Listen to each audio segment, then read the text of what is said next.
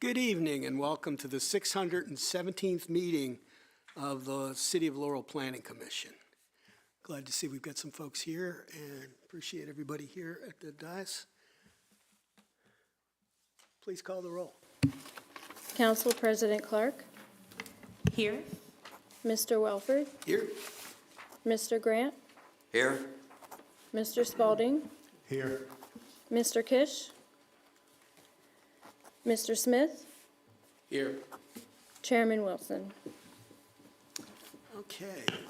We have staff's provided minutes again and always do such a great job on those. Appreciate the hard work.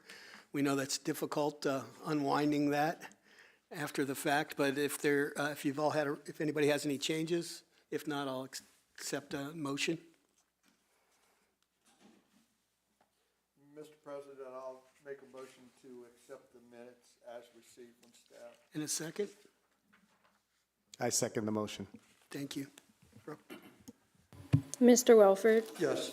Mr. Spalding. Yes. Mr. Grant. Yes. Mr. Smith. Yes. Chairman Wilson. Yes. Motion carries. Thank you.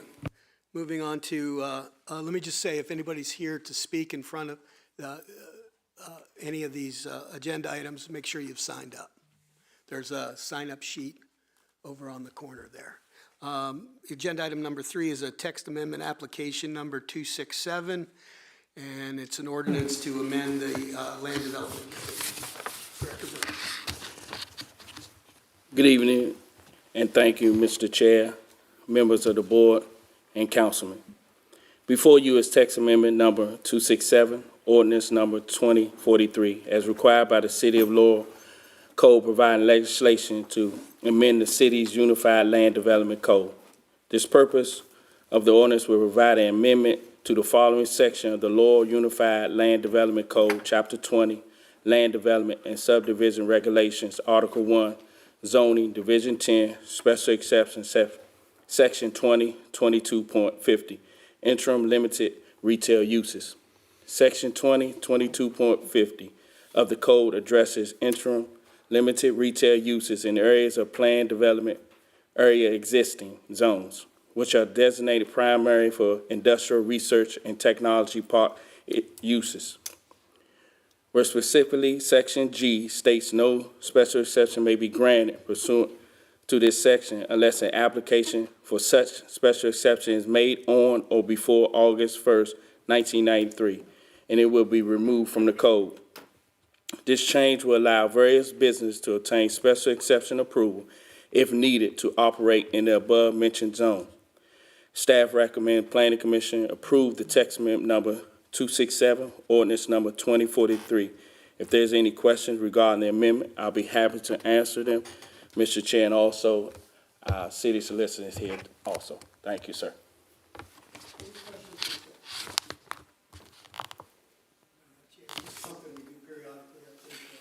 Yes, application came up, sir, and we had to make an amendment, and this is the reason for it.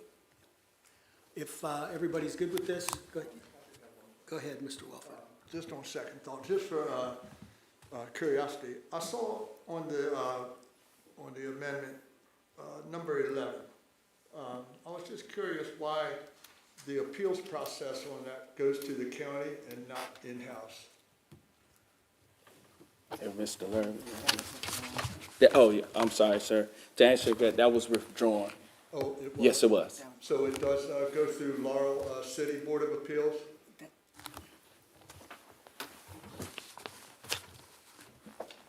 Good evening, Mr. Welford.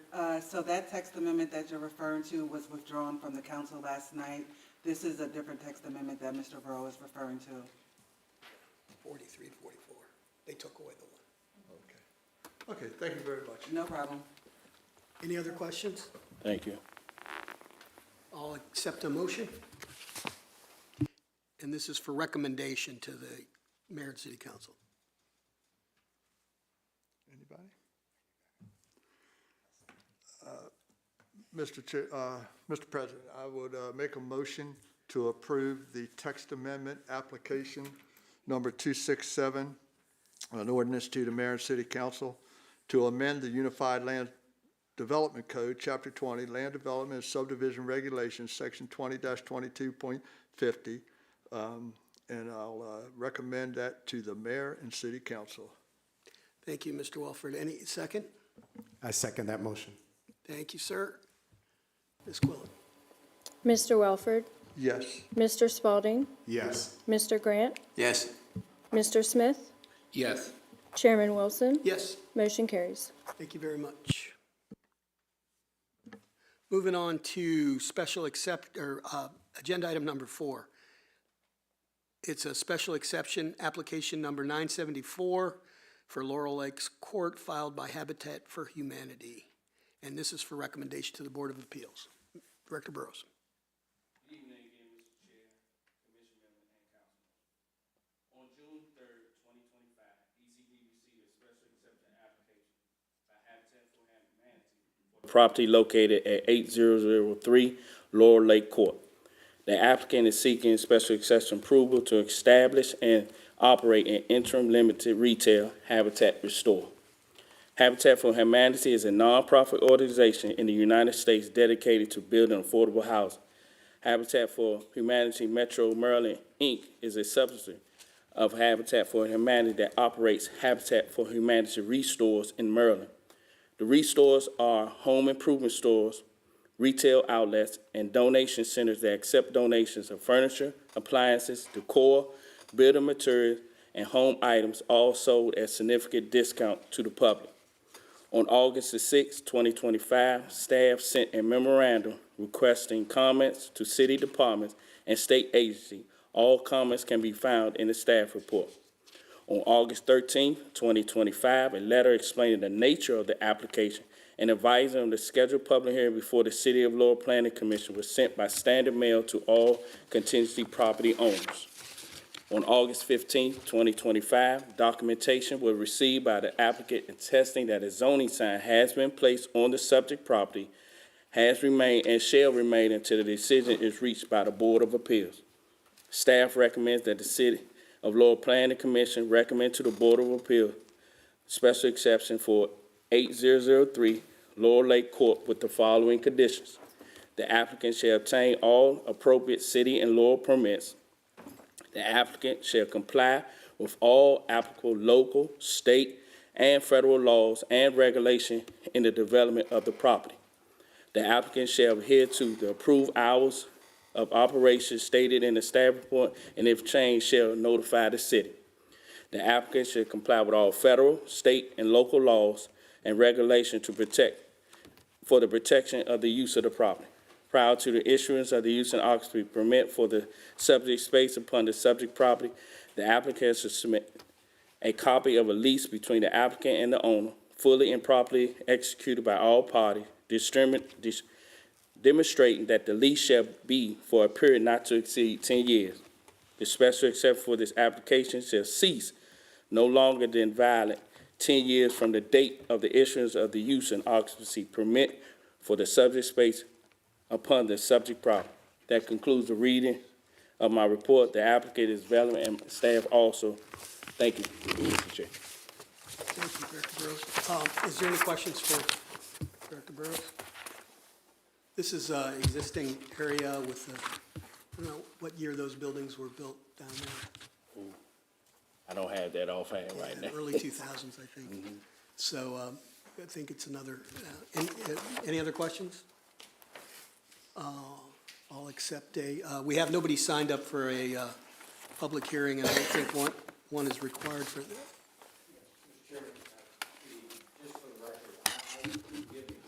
Yeah, we get it. An attorney with offices in Largo, and I'm pleased to be here this evening on behalf of the applicant, Habitat for Humanity Metro Maryland Incorporated, a subsidiary of Habitat for Humanity. You know, I just wanted to say, this is a really great cause. Yeah, Mr. Gibbs, can you describe what they do there? Because some people may not know. Surely. So, as everyone knows, the mission of Habitat for Humanity is to assist in providing affordable housing as needed, and certainly there is a massive need for that assistance And so the particular, this is going to be called a Habitat for Humanity Restore. And so basically, Habitat for Humanity, and I just want to mention, I'd like to introduce Jeff D. and Nancy Kufo. Oh, Matt, okay, I thought it was Jeff, okay. And Nancy Kufo. And basically, they work with Habitat for Humanity Metro Maryland. Restores accept donations. So at the rear of this building, there is one overhead door right now. An additional door will be placed in the rear of the entry. Donations of materials, building materials, furniture, all of the things you need to both build and to have articles that are needed within a home. Those items are accepted as donations, and the sale of any items produces income that goes directly 100% to support the mission of Habitat for Humanity, which is to obviously provide affordable housing. So these donations are placed within the space. I don't want to say it's an office space because it's not. It's somewhat Spartan, but very, very tidy in terms of areas of the space that are designated for various materials. And people come in and they're able to purchase those materials. And again, all the funds go directly to support the mission of Habitat for Humanity. And that's what will happen here. We have hours of operation that we specified in our justification statement. I think it's 10 to 5, Tuesday through Saturday, and Sunday I think is 11 to 5. So that's pretty much it. The building itself, I've been out there.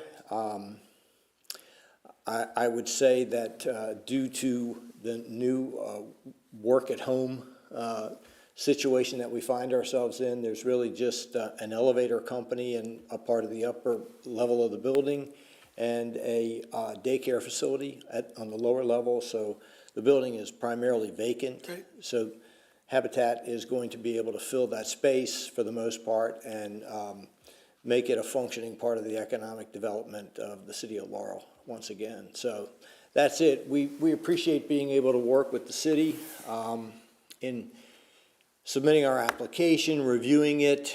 We've reviewed the staff report and we appreciate the recommendation for approval. We have no objection to any of the conditions that have been attached and recommended by your staff. So I'll be happy if, Nancy, if you feel you'd like to come up and say anything. Anyone has any questions, more than happy to answer them. No one is, usually people don't know what a restore is, so happy to answer any questions. So just one question, Mr. Gibbs, or maybe for Nancy. We're not going to have like dump trucks driving by, right? This is all No, not at lightweight all. stuff. It's all lightweight stuff. We have a 26-foot truck that goes out and picks up donations Okay. Every day. But no, we're pretty quiet. We fit right into whatever community we're in, and everybody's very supportive of what we do. We service Montgomery and Prince George's County, where we pick up donations, and that's where we build homes and rehab homes as well. Thank you very much. We do repair and weatherization projects in those counties as well. Thank you. Any questions for applicant? Mr. Walford. Comment, please. Yes, I use the one in Columbia, and it is a very well operated and organized operation. I go there a lot, find a lot of things for my house, things that I can use, and my wife goes, she finds things that she can use. So this will save me a trip to Columbia. Good for you. Okay, thank you, Mr. Chairman, members. Any other questions? Go ahead. I appreciate you saying that because I was wondering what areas it would serve. I volunteer regularly at the one at Columbia. And so I do see that there are volunteer opportunities for organizations as well as community members. And I look forward to this being there, but I did wonder about the large trucks because I know usually in the one in Columbia, it pulls them, kind of backs in to the door, and then we've loaded and unloaded them. So I just wondered, would that be the same setup? Our loading docks in this Look- building. Oh, sure, sorry. Sure. That was my fault. I should have made you come up before. All Sorry. good. So my name is Nancy Kufis. I'm the vice president of the Restores. So the loading dock in this building will actually be on the side of the building. So, and that actually really isn't a loading dock right now. There were loading docks in this building, so we're going to reinstall them. They're actually ground level, make it pretty simple for those that back up to them. And only during store hours, so it'll only be 10 to 5, maybe 9 at the earliest. And so it makes it really simple for what we do. We actually have, and our trucks only go out Monday to Friday, and they are there they leave at about 7:30 in the morning, they're back at 3. So again, it's all during business hours that any of this happens. So my team's only there till 6 at night. So it's pretty quiet the rest of the time. But yes, lots of volunteer activities. We're very small. We're small but mighty is what I say. And we rely heavily on volunteers to do what we do. I'm sorry, I have one additional question, if you don't mind. The parking, I know it sometimes is a challenge for the one in Columbia. Do you feel that you have sufficient parking at this location? Yeah, you think that one's a challenge. Come see my Rockville store. Yes, we do have sufficient space because there's the bottom parking lot, and then there's also that top parking lot when you first pull in. So yes, parking won't be an issue at all. Thank you. You're welcome. Thank you. Anybody else?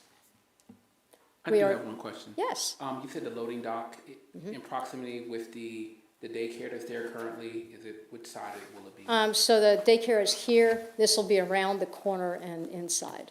So no, won't be any issues at all with them. No conflict. We are very excited to come to Laurel, very excited to get here. It's been kind of a long road to figure out where we're going, so we'll be very excited to be here. Thank you very much. Thank you. Did you have? Good evening, Mr. Chairman, members of the commission. For the record, Larry Taub, City Solicitor. I just want to make a point that if the commission is going to make a motion to recommend approval, then it should be subject to approval of the text amendment numbers 267, ordinance 2043. That will have to be approved prior to the approval of this special exception. We approved 2043. Yeah, but that needs to be approved by the city council. Oh, so we can't take this up? No, you can make, because this is going to be a recommendation to the Board of Appeals, so you can do that. I just want to make sure it's clear that the board cannot approve this until that text amendment is first approved. Gotcha. Appreciate that, Larry. Thank you. If there's no other questions, I'll entertain a motion.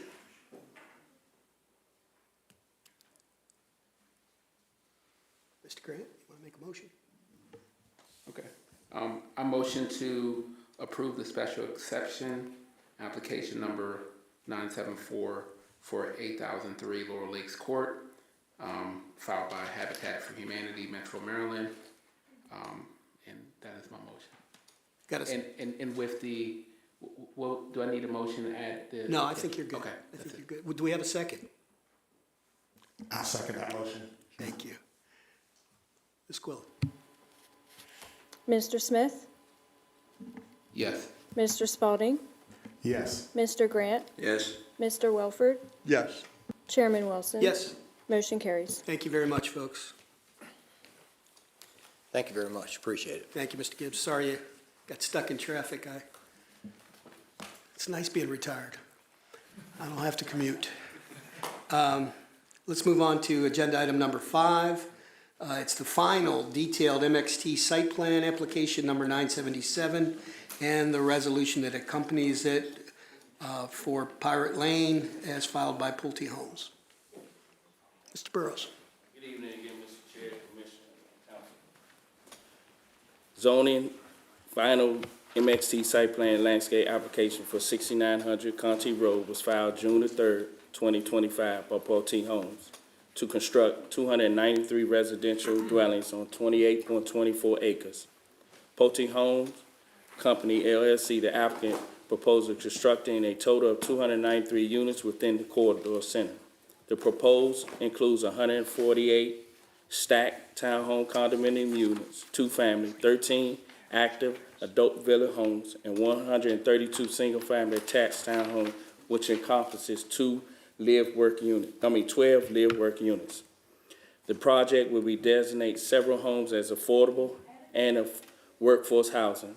A key part of the proposed corridor center development, which will include 12 live-work single-family attached units situated directly along the main access route into the community from Contee Road. The first floor of these live-work units will be open to the public and will feature various service and retail businesses. On August the 7th, 2025, a site plan, drawing, and a cover letter requesting comments were sent to the state and local agencies. Additionally, a memorandum was distributed to the City of Laurel departments for their input, and feedback was received and is included in the staff report. On the date of August 13, 2025, a letter explaining the nature of the application and advising the scheduled hearing before the City of Laurel Planning Commission was sent by standard mail to all contingency property owners. On August 18, 2025, documentation was received by the applicant attesting that a zoning sign has been placed on the property.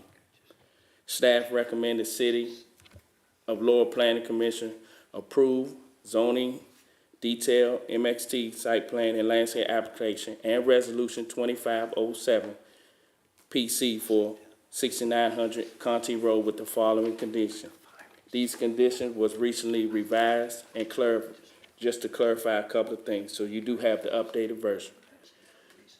Number one, prior to the issuance of any building and grading permit, the applicant shall obtain final record plat approval from the Planning Commission. The applicant shall comply with all conditions of the approved final site and landscape. On the final record plat, all the proposed streets and roadways within the subdivision shall be shown to be private, and a note on this plan shall state that all streets, sidewalks, curbs and gutters, trees, and all structures within the subdivision shall be maintained by the homeowner association for this division. All maintained structures owned by the HOA within the subdivision shall be noted on the final record plat. The applicant shall pay the current per lot Prince George's County School Facility Surcharge, Prince George's County Public Safety Surcharge, and the City of Laurel Public Safety Fee prior to the issuance of the first building permit. The applicant shall submit approved sediment erosion control plan, green stamp, from the Prince George's County Soil Conservation District prior to the issuance of a City of Laurel grading permit. The applicant shall receive stormwater management technical plan approval from Prince George's County prior to the issuance of the first City of Laurel site work permit. The applicant shall receive water and sewer technical plan approval from Washington Suburban Sanitary Commission prior to the issuance of the City of Laurel site work permit. The applicant shall submit an addressing plan depicting street name, each lot with unit numbers for review and approval by the City of Laurel prior to the issuance of building permits. The applicant shall conduct a pre-construction meeting with city staff prior to the start of grading of the site. The applicant shall submit a utility plan to the city to be included as part of the record. All private streets and alleys shall be constructed with sufficient pavement to allow the city truck to drive upon them for the refuse and recycle collection as well as snow removal. The pavement section for the area shall follow the county standard 100.07. The applicant shall pay the city a fee in lieu of $200,000 prior to the issuance of the first building permit. Prior to the issue of the first use and occupancy permit, the applicant shall have upgraded Contee Road along the property frontage consistent with approved plans to the satisfaction of the Department of Public Works. The applicant can construct the required 20 affordable for sale units and submit the required documentation to the City of Laurel for final approval. All construction shall conform to the approved final site and landscape plan approved by the City of Laurel Planning Commission. And lastly, the applicant shall comply with all federal, state, and local law and regulation for protection of the use of the property. That concludes the reading of my report. Thank you. Staff are here, the applicant here, and we also have the Director of Department of Public Works here to answer any questions. And thank you. Thank you, Mr. Brewer. I have a couple of questions, and I don't know if it's better to leave those for the applicant. And it looks like we're handling some last-minute stuff here. Do you guys need a recess, Mr. Gibbs? I don't think so, Mr. Chairman. Okay. I think we're good. Do we need a recess? We good? Okay. Let me ask a couple of questions, and then I'll turn it over to the team here. Explain. There are 3 sets of fees, plus the $200,000 in lieu of. I'm trying to separate those out. Can you walk me through those again? There's a fee for the schools. There's a county public safety fee. There's a Laurel City public safety fee. Is that the right words? Yeah, that's the one I'm trying to understand. Which one is I that? believe that's for Parks and Rec. Oh, for Parks Yes, and Rec. It doesn't say that. Yes, Okay. I'm sorry.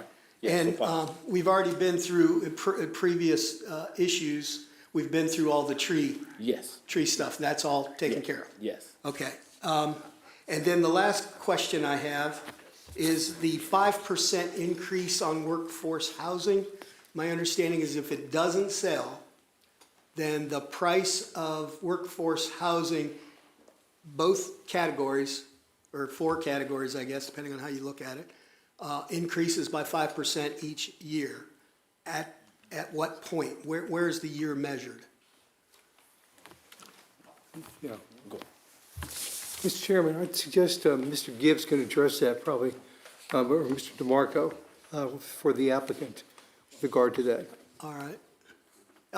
Before we get Mr. Gibbs up, I'll re-ask it. Any other questions for staff? Okay? You good? Mr. Gibbs? Yes, thank you very much, Mr. Chairman, members of the Planning Commission. Once again, Edward Gibbs, an attorney with offices in Largo. Here this evening representing Pulte Home Company relative to Corridor Center. I would like to introduce Mr. David DeMarco. He has really East Coast responsibility, if not more, for all the development plans for Pulte Home, and Mr. Ken Dunn from Soltes Civil Engineering Firm. And Mr. Dunn has done all the civil engineering work on this project. And of course, we've been here for the conceptual site plan, we were here for the preliminary subdivision plan. Now the last step, just the site plan showing the architecture, where everything sits on the lots, the landscaping, and the amenities, the clubhouse and the pool and things of that nature. So it's really, the issues before us tonight are very small and very few. To answer your question, the pricing of the units, and first of all, there are 20 affordable units for sale. First time that's ever happened in the city, to have affordable units that are actually for sale, which is kind of groundbreaking. But we have the prices for the initial prices listed, and they're on page 5 of the staff report. So we have 10 workforce and we have 10 moderate income. There are different prices, 2 different price points within each type. And so this price is what is effective as of the day of approval of the plan, okay? That's the price. The escalator could go into effect from the date of approval of the plan, which would mean that when the first units are delivered, they could be 5% more. Okay, that's where my head was. They could be, and that's sort of a business issue for Pulte, but that technically is how their model works. So the year starts at the approval? At the of plan. approval, yes, sir. At the, because we're not are we the final approval on this? On this one, you are. Okay. So, Right. thank you. And, I mean, look, all of the criteria that we have to meet to satisfy the MXT, mixed-use transportation-oriented zoning classification, you have made those findings both at the conceptual site plan stage and the preliminary subdivision plan stage. Nothing has really changed except that we've reduced the units. They were 302 initially, and now we're about 10 down from that. But everything else is the same. We still meet all the criteria in the MXT zoning classification. I want to thank the staff. Staff worked incredibly hard to review the application, to publish a staff report, and to go through a number of conditions. And I just want to say that they have worked with us very closely. They have been very fair to us in crafting the conditions. They've talked with us about them. And so we really are at one with the staff relative to all of this. The only thing I would say is that number 13, and we have no objection to condition 13, but I would just wanted to put on the record that improvements to Contee Road is a Prince George's County road, not a city road. And so ultimately, while we will submit plans to the city for the frontage improvements that we have along Contee Road, the ultimate approval of those plans will be by the Department of Permits, Inspections, and Enforcement for Prince George's County because it's their roadway. And that's the only, and it's not a change that I'm asking, it's just a clarification that I wanted to put on the record. Because we really can't dictate what the county does when they approve the plans. I mean, I'm 100% confident that what we have worked out with the city will be satisfactory to the county, especially since the county is going to take into consideration what the city's position is. And it's a road standard. You know, it is a certain right-of-way width. Their right-of-way width requires certain improvements. We're showing those improvements. The city is satisfied with those improvements. They'll review them again. And, but I just did want to clarify that it is a county road and the permit will come from the county on that one.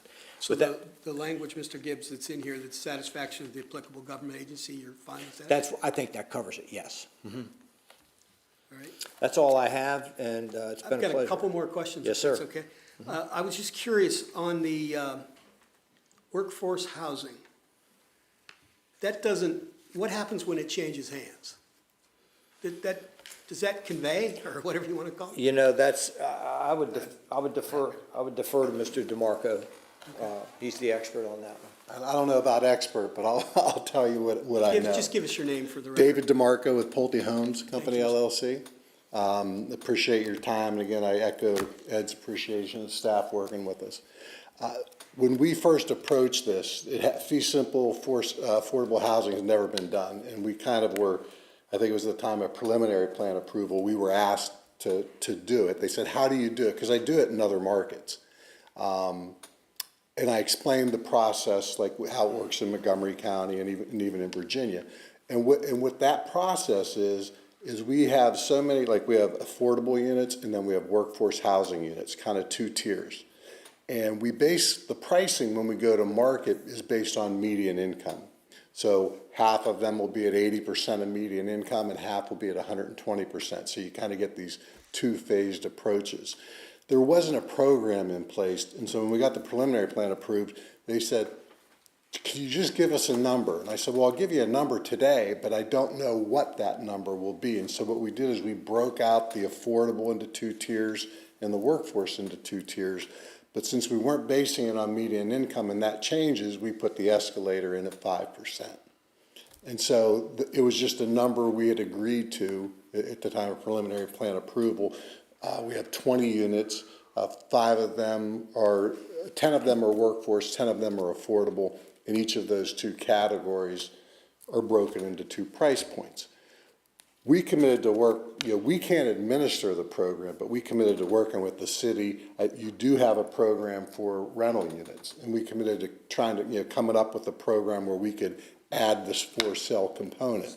When we do the covenants for the community, these lots will be recorded with a covenant that they're earmarked for affordable. They can be sold, but they can't be sold for more than what the price is plus the 5% escalator. Gotcha, there you go. Okay.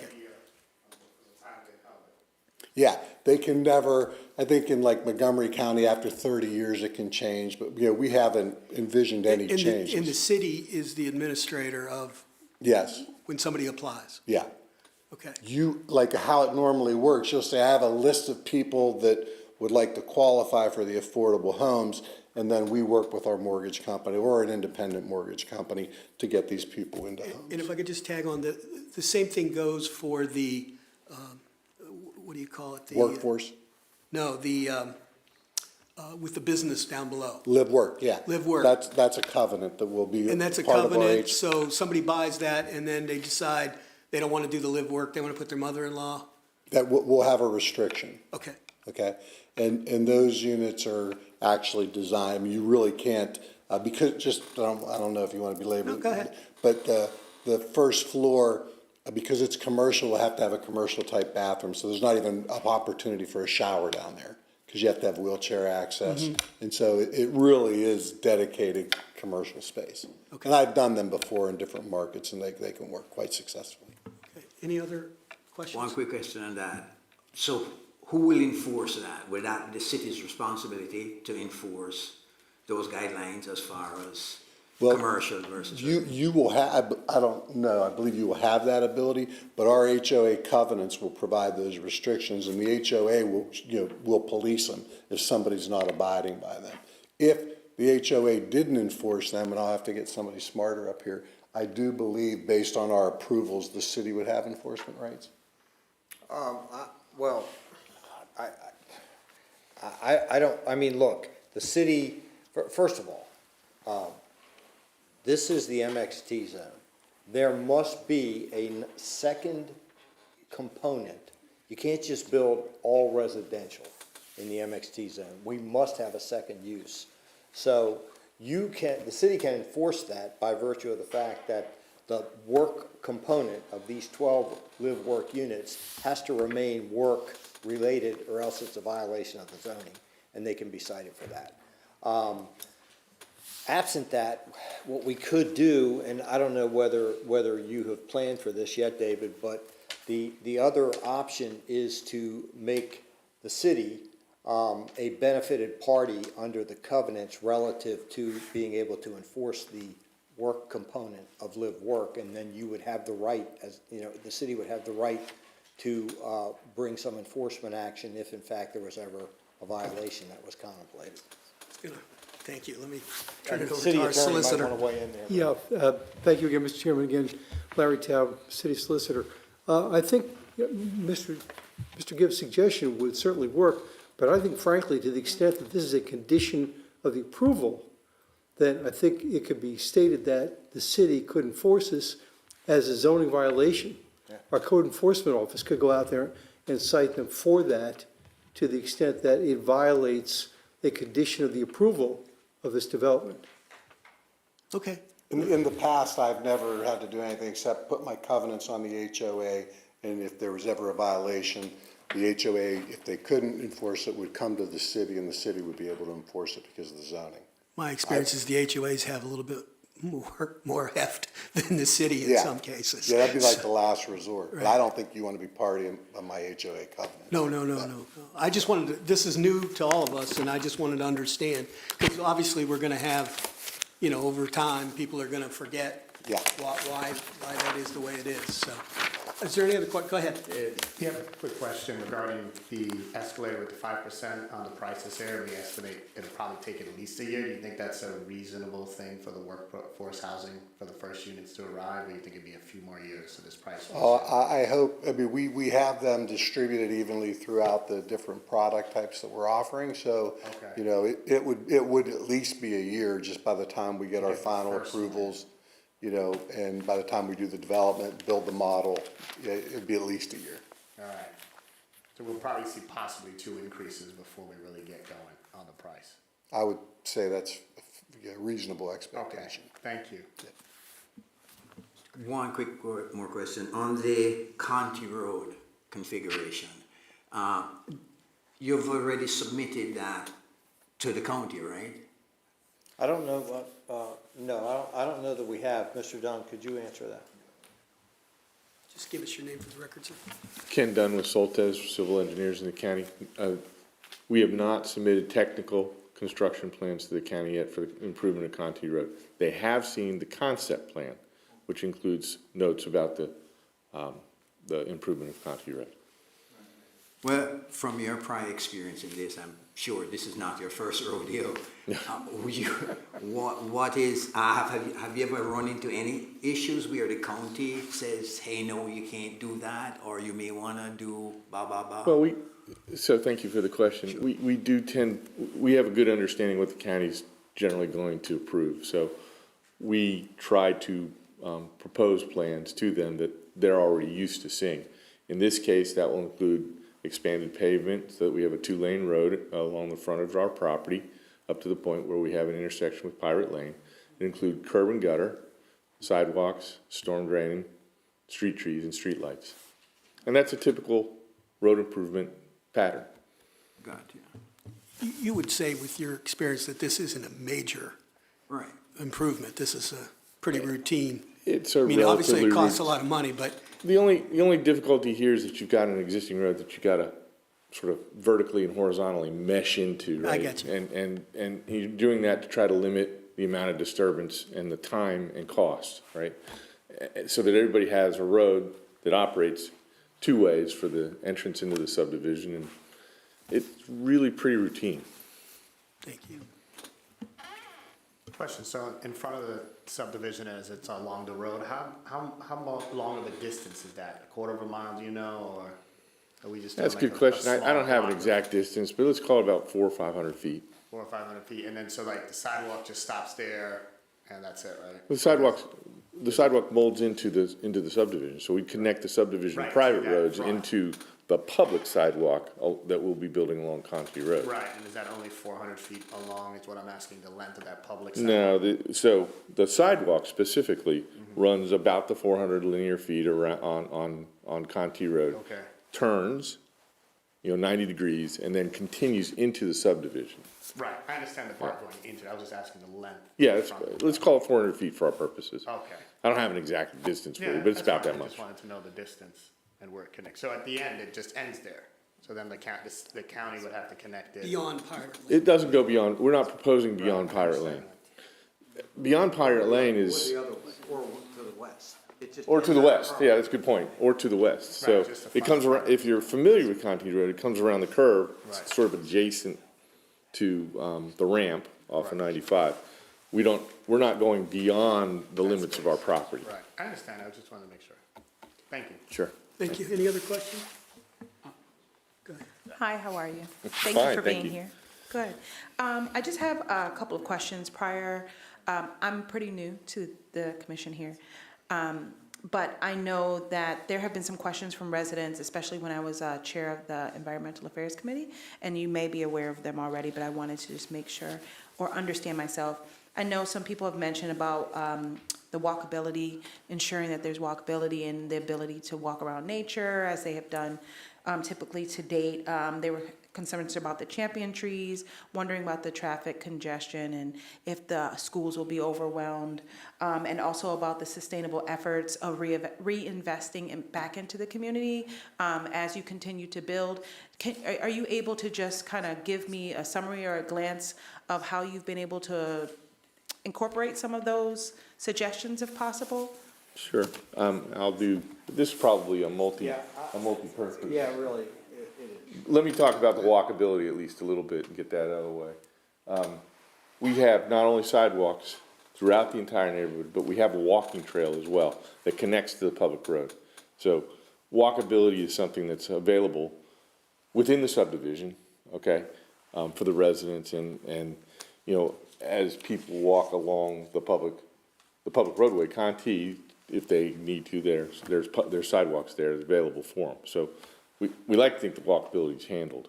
As to some of the sustainability issues. Yeah, I'll just respond. Let me just say that this project, like most, offers recreational amenities that are private as opposed to public. And, that's just the way it works internally in subdivisions for the most part these days. So our pool, our clubhouse, and our trail, the trail does not connect outside of the community. It's a trail that is internal exclusively for the residents of this community. Now, under your Parks and Recreation statute, there is a requirement for mandatory dedication or payment of a fee in lieu of mandatory dedication, or you can have private recreation facilities, and there's a formula in your code where the cost of those private recreation facilities is measured not dollar for dollar, but it's a formula. For instance, in our situation, the recreational facilities are about $1.4 million. If we weren't going to provide anything, the fee in lieu was going to be $366,000, okay? If we had nothing at all, our private rec facilities greatly exceed what the fee in lieu would have been. But we are cognizant and in agreement with concerns expressed by the Parks Department and concerns expressed by neighbors who testified earlier on about the ability to provide for some additional recreational needs within this area of the city. And so we agreed with staff that even though we're doing private recreation facilities, we would also pay a fee in lieu of $200,000 to be used by the city as it sees just and most appropriate. It's our hope that it would be used in this section of the city, but that's not our call. So that's how we're contributing, and in our view, being a good member of the city from a recreational standpoint. The homes themselves are going to be very high quality and are going to add considerably to the tax base in the city of Laurel. So we think we're doing a good job in that respect as well. Transportation-wise, we were tasked to look at, I think it was 5 intersections, either 5 or 6. We looked at them under current conditions. Then we added in background traffic of approved but unbuilt developments plus a 1-year growth factor or 1% growth factor for a 3-year period. Then we measured them again. And in both situations, AM, all intersections were level of service A, which is the highest. PM, I guess it must have been 6. 2 intersections were level of service B, I believe. Then we added in traffic from our project, and the levels of service did not change. So from a transportation standpoint, not only did we pass the adequate public facilities test, but we were not lowering the level of service at any critical intersection. And of course, we were upgrading Contee Road along our entire property frontage as we should. That's a requirement. Was there something that I missed in there? I don't believe so. It's helpful just to understand from your perspective. I know that you've been doing this for quite some time, and we appreciate you thinking of Laurel. I appreciate the affordability factor, especially with the housing crisis that we have in Maryland. But I also want to consider what the residents, have concerns with as well. So thank you for answering those questions. I appreciate it. Yeah, our pleasure. And look, I just want to say, I know that Mr. DeMarco has represented this to me in the past. They're just really, really excited about the opportunity to become part of the fabric of the city of Laurel. Thank you. Any other questions? Go ahead. All right, I'm also pretty new here, so I just want to get an understanding from the city in evaluating and enforcing the workforce housing as well as the moderate income housing from a resale perspective. I know we mentioned code enforcement. Is the city prepared a process, or has this been done before, to monitor or put something in place to monitor and ensure that these categories are kept at that category for the future? Because I know it was mentioned and noted that the HOA would have in their governing documents that they would have notations in their governing documents to actually enforce it. But being involved in HOAs before, oftentimes and sometimes it's not enforced. So just to ensure that those residents and have some affordability is kept in those categories, I'm just curious, has the city evaluate that and put a process in place to enforce it? So, good evening, Christian Pulte here. The city is currently working with our city solicitor, Mr. Tao, to handle this. This is a new process for the city. So we're currently outlining the process and what that's gonna look like. And of course, we're gonna have measures in there that for enforcement to ensure that the properties are kept for the affordable units. If they are to be sold, they will have to be affordable. So it's new for us, and we're going to make sure this or another community might be the first one to have it, but prior to the permits being issued, our process will be in place. Okay. And one last question regarding the approval of the county road within I guess from Prince George's County perspective, what happens if the county does not approve the, I guess, I don't know if it's reclassification, but whatever we're requiring of that road, what happens in that situation if the county does not approve that road as a part of this program? So I've never seen the county not approve a road improvement standard like this, but they would only make that decision if they decided that the road didn't need to be improved. And it's pretty clear that the road needs to be improved right there. So I really don't expect them to disagree with our assessment, disagree with our submittal. Okay. All right, thank You you. good, Mr. Wood? Yes, thank you. Thank you. Thank you. If there's no other questions for staff, we're going to open up a public hearing. I'll open up the public hearing at 10 of 7, I guess that is, 6:50. And I have Mr. Bruce Land signed up to speak.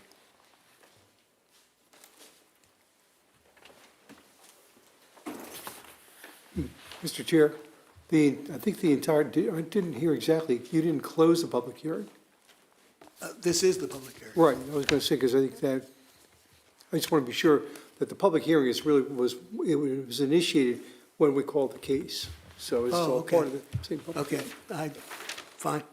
Mr. Land, if you give us your address, please. 9426 Northgate Road, Laurel, Maryland, 20723. Floor is yours, sir. Okay. I appreciated the drawings and all that the city had on the website, the Pulte drawings, updated drawings, and found them very interesting. I noted the slight reduction in the number of units. I also noted that the workforce housing numbers differ in multiple places on the document. So that document has at least 2 different separate numbers placed on it. Yes, sir. That was caught and it's been fixed in this Okay. current one. And, I noticed that the city's stamp was on the drawings for the stormwater management. And I'm very glad to see that, because I take that as that you have studied that adequately. And if if the stormwater adversely hurts the wetlands on the church's property, that the city will be responsible for that, if that should happen. I also note that the plan still has the First Baptist Church as part of the forestation plan. And we saw a proposal from Pulte about a year ago. The church voted on that and rejected it. And we have not heard anything back from Pulte in almost a year. So that part of the plan, if things are contingent on that, we are not a part of that at this point. We'll take that up with the applicant in a moment when you're Okay. done. Is that all? Thank you. Thank you. Does somebody want to address the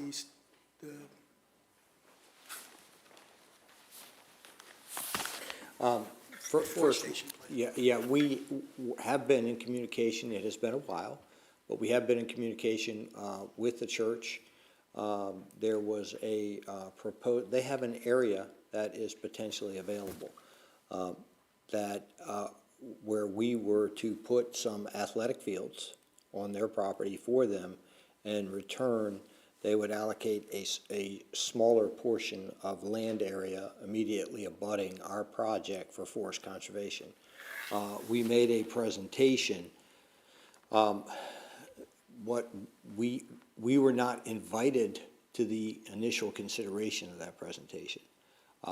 We were informed afterwards that there were some members of the board at the church who still felt that they had rather substantial expectations for expansions of the church buildings on their property, and they didn't want to impinge upon that potential. But to our knowledge, there was no vote that said no to this. As a matter of fact, we fully expect to re-engage with them in the hope of finalizing some arrangement to put part of our forest conservation easement on their property. We may need to reduce the amount of the land that they can provide to us, but I have no recollection of them ever telling me that it was a no-go. Okay. But there were definitely some concerns from folks who had been part of the original construction effort with the church who said, well, we have plans to expand further. Right. Mr. Gibbs, let me just ask you this. Do we have anything contingent on what we're trying to take up today? No. On that? No. Mr. Top? No. Thank you. That's all I need. Any other questions? Continuing the public hearing, Mr. Gambogi. Maybe I got close. Give us your address for the record and spell your last name, please. Last name is Gambogi, Gambogi. Address is 7200 Breckenridge Street, Laurel, Maryland. The floor is yours. Yeah. So looked at the plans. I've been to a couple of the previous planning meetings by Pulte Homes. My main concern, houses are fine. My main concern is what they pseudo-addressed today regarding the roads and the sidewalks and traffic flow in and out. Now, Mr. DeMarco met with a lot of the surrounding communities earlier because we had never heard anything. And he bragged how great the homes that they made off of 198 going towards Fort Meade Road going towards Fort Meade were. And I drove around the houses. They're fine-looking houses. There's nothing wrong with that. But when it comes to traffic flow, I don't know what the studies proved, or if that's probably Anne Arundel County versus Prince George's County or the city of Laurel. I don't know what they proved there, but have any of you drove on 198 at 3 o'clock in the afternoon? Their subdivision put one light there, and I don't know what the cycle is, but if you try to take 198 home from Fort Meade, you are sitting in traffic forever. You know, and again, so you sit there and go, okay, that's Fort Meade, it's a major thoroughfare, et cetera, et cetera. We're adding more people here. So when it comes to the roads, the lawyer, I'm sorry, I don't remember your name. He said it's walkability. There are 0 sidewalks once you get above the crescent at Laurel, and I don't know the subdivision across the street. There are 0 sidewalks when you get past whatever their subdivision is going to be. I know this because I run that street all the time, and I don't run that anymore because they built the overlook, and people drive on that street like it's the Indianapolis 500 or Fast and the Furious, whatever movie you want to go as far as a kind of race car driving there. I know at one point in time there was a sign there that had a blinking light to slow down traffic, let people know that it's 30 miles an hour. That doesn't work. It didn't work at all. And then we talk about streets. The concentration is on Contee Lane in front of their property, and the sidewalk ends at the 400 feet of their property. Pirate Lane, whether they admit it or not, is going to be an entrance to that subdivision. Pirate Lane is like this big, right? And I've heard nothing about any type of improvement to Pirate Lane because there are 2 accesses to that subdivision, and it's going to be Pirate Lane and it's going to be Contee Road. If you think people coming up Cherry Lane are going to drive all the way down to Contee when they can just take a right-hand turn onto Pirate Lane to have direct access into the neighborhood, we all drive in Maryland. People drive as quick as they can, as fast as they can, and they take the quickest way they can do. So my primary concerns are about, and then while we keep saying the county roads, I live right at the end of that neighborhood. The Laurel trucks stop, and then nobody else takes care of those roads past that. That's on, as far as I'm tracking, that's still on the county to maintain those roads. I don't know what the city of Laurel is going to do, but that's a concern that I have for that lane, for that road. And, when you add, my main concern is Cherry Lane and Contee Lane and Pirate Lane. There is no walkability. There are no sidewalks in those streets and those roads, and there's really no way for you to expand or widen those roads or put a sidewalk on there, because if you're going up Cherry Lane, there's a bunch of properties for sale that nobody buys because I don't know how you're going to build on anything because they're in the valley, and there's no sidewalks, just overgrown trees, fallen down trees, et cetera, et cetera. On the other side, then you're going to have to take land from 2 churches. So I just wanted to notice that in these plans, everything's planned around what's inside their subdivision and what's in front of their subdivision, but nothing leading up to their subdivision, which is going to be one of the things that they haven't addressed, or at least I haven't heard them address it, and those are my concerns. Thank you. Thank you very much, Mr. Gambogi. We have nobody else signed up to speak. Would anybody like to speak? Any other questions for staff or the applicant? If not, I'll entertain a motion. Mr. President, I move to make a motion to approve resolution number 977 and resolution 2507 PC for 6820, 6900, 6902, 6920 Contee Road, and 15203 Pirate Lane, filed by Pulte Home Company LLC. Thank you. Do I have a second? I'll second that motion. Thank you. Mr. Chairman? Oh, Sorry, I just want to make sure the motion should also add in there that it would be subject to the conditions as amended. will you accept that amendment, Mr.? Yes, I will. Thank you. You accept that? I do as well. Okay. Go ahead, Ms. Quillen. Mr. Grant? Yes. Mr. Spalding? Yes. Mr. Welford? Yes. Mr. Smith? Yes. Chairman Wilson? Yes. Motion carries. Thank you all very much. Thank you all very much, everybody that came out. And I didn't close the public hearing, but I'm sorry, but just assumed it was closed at 5:00. And Thank you very much, appreciate it. thank you, guys. Good luck. Is there any other business? We're good? Thank you all for coming out. Appreciate it. We're adjourned.